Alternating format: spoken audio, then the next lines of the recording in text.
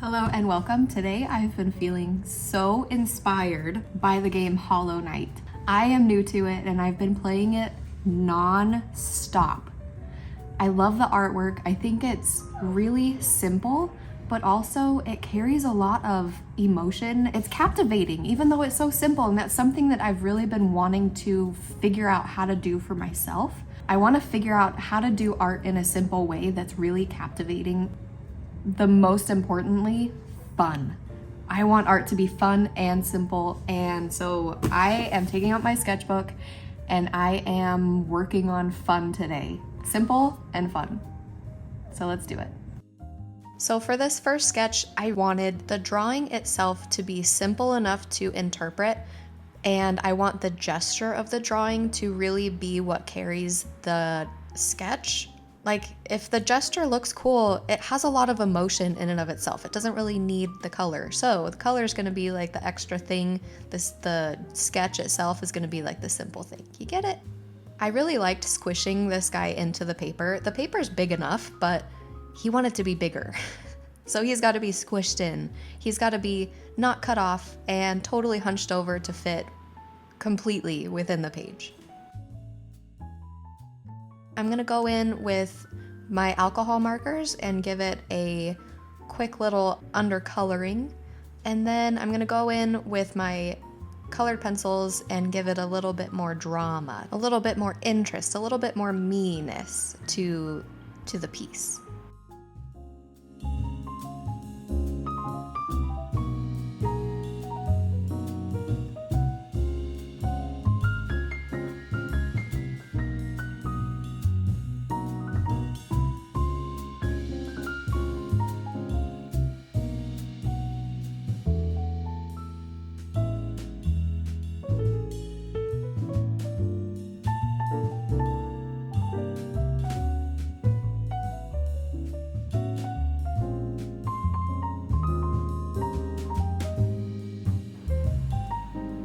I'm having a lot of fun trying to figure out where I can put colorful moments within this piece instead of have it just be like really dark and black. So I'm trying to tuck in really bright colors within like the shadows and stuff, and that was so much fun to do. I decided at this moment that this ball in his hat is emitting light, and that is my only regret. I wish that I did not do that from the start. I really want this whole spread to be very fitting into each other like puzzle pieces, and when I did the light, it kind of made it so that I couldn't tuck things in right there. So this next one, I started out with just really simple shapes. I drew those huge horns and I decided it just didn't fit in terms of like the proportioning of the head and the body. I didn't know where I was going to go from the start, but as I progressed, I kind of was like, no, those horns are too big. So I ended up with these moth-looking feather things on the top of the head, very inspired by the game Hollow Knight. And this little critter just totally took over my heart. I'm not a huge fan of spiders. I'm not like their enemy by any means. However, they're not my best friends. But this guy totally is my best friend. I love him so much. I love how fuzzy he looks in the end. I don't know that I could recreate that if I tried. It's something to do with the colored pencils and doing them in different directions. I will definitely have to try to recreate that in the future because it's so cute. He also looks a little bit sad, which kind of just makes you want to hug him a little bit more.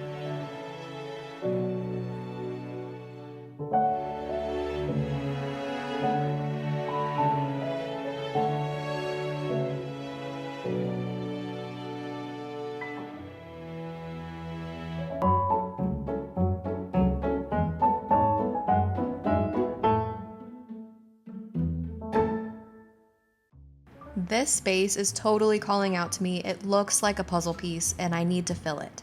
So I don't know exactly where I was going. I don't know where I'm going with any of these. I'm just kind of starting with circles and then seeing where the simple shapes can take me and keeping in mind the space that I have to fill it. It's like a challenge, a puzzle challenge with simple shapes. I really wanted him to stay within the little space that I had for him, but he didn't have any heart to him, so I needed to give his legs just as much oomph as his arm had. I don't know what he's trying to do to that big grandpa dude. I don't think the big grandpa dude deserves this, honestly. So it's really hard to know who's the good guy and who's the bad guy here. They definitely have some kind of beef with each other.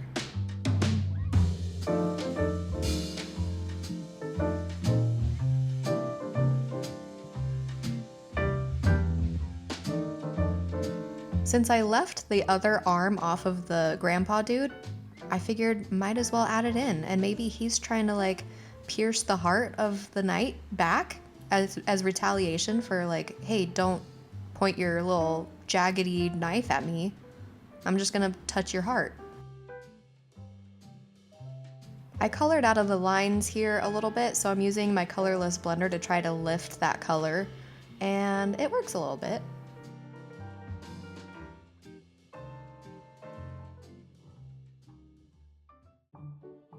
So when I started this, I wanted the whole spread to fit together like puzzle pieces. I didn't necessarily think or want all of the characters to be interacting with each other. So now that I have two characters interacting, I feel very pressured to make this guy interact too.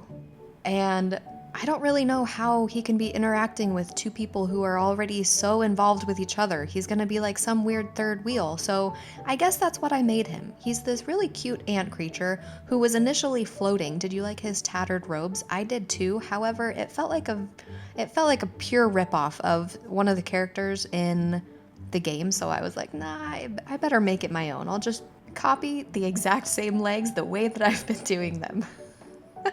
Nothing like continuity, I guess. But I do really like his very like angsty pose behind him, like, hey guys, can I fight too? When you're ready, when you're all done, don't worry, I can wait. He's a very polite little murder bug.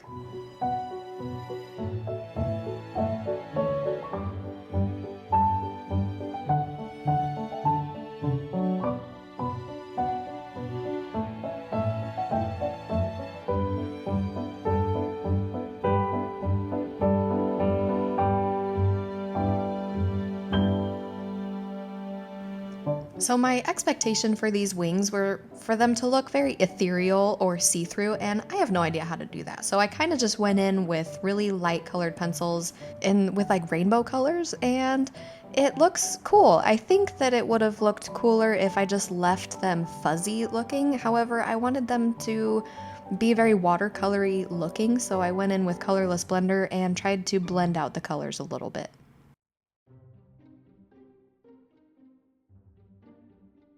I'm starting to feel like it's not as simple as I want it to be, so I'm going even simpler. So it's mainly just the rendering that I feel might be a little bit too complicated for the simple nature that I was going for. So I am filling out the rest of my spread with simple creatures, no thoughts, no rendering except for like a little bit of shading. Mainly just filling out the puzzle pieces of the shapes that I have. The blank spots need a little something, and these little critters are gonna fill it out.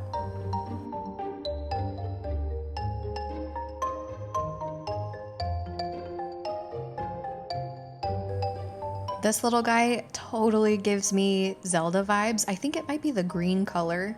I really like green, I really like Zelda, so yeah, let's turn this into a mask and kind of go for like a Korok theme. He also reminds me a lot of Invader Zim. I think it's the eyes and like maybe the little tiny arms. So this next shape was kind of a complicated one. I thought that maybe I would do a cat, and then I decided, no, I don't really like how pointy that is. I want the shapes to be a little bit more organic, more like flowy. So I turned the cat's ears into eyeballs, and I turned it into a frog.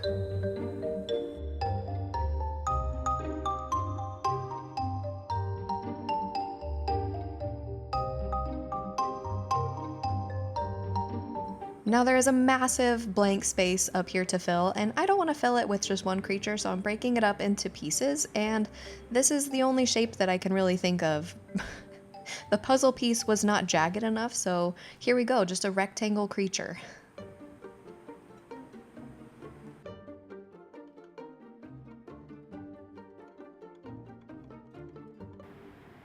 I am a huge fan of those little nub baby antenna thing coming out of his forehead. Love those.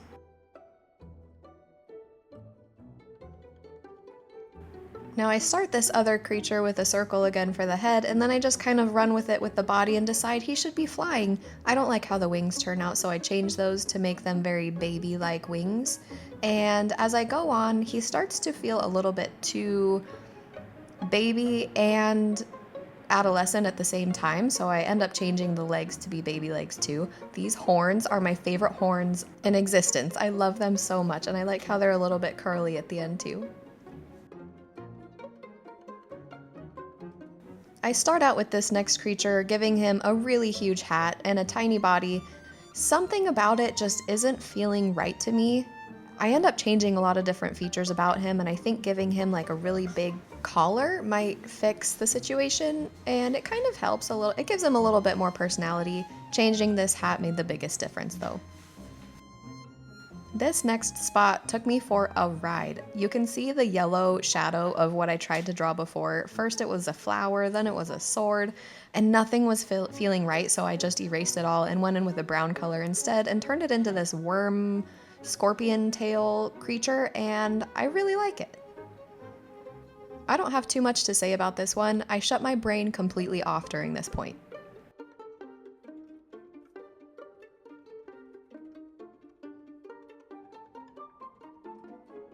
I have this last spot here to fill. I'm filling it with 2 circles, and I just kind of combine their body like a cat dog situation. I really like the last worm, and I think I'm still riding on that worm high a little bit, so these guys are worms too. As I draw these guys, it becomes very apparent that the left creature is the one that calls the shots. He's like the kid, very impulsive, and the right one is kind of like the friend who's there for the ride but ends up getting dragged around a lot. The left one looked like he was chasing something, so I gave him a little friend to be chasing. And this is the last creature for the spread, so we're all done. So this is what we created. I think it looks really cool, and I'm really proud of it and how simple it looks and how cool it looks too. Oh, and also I drew this little guy too afterwards. I like how they turned out. Anyway, thank you so much for watching, and I'll see you next time. Bye.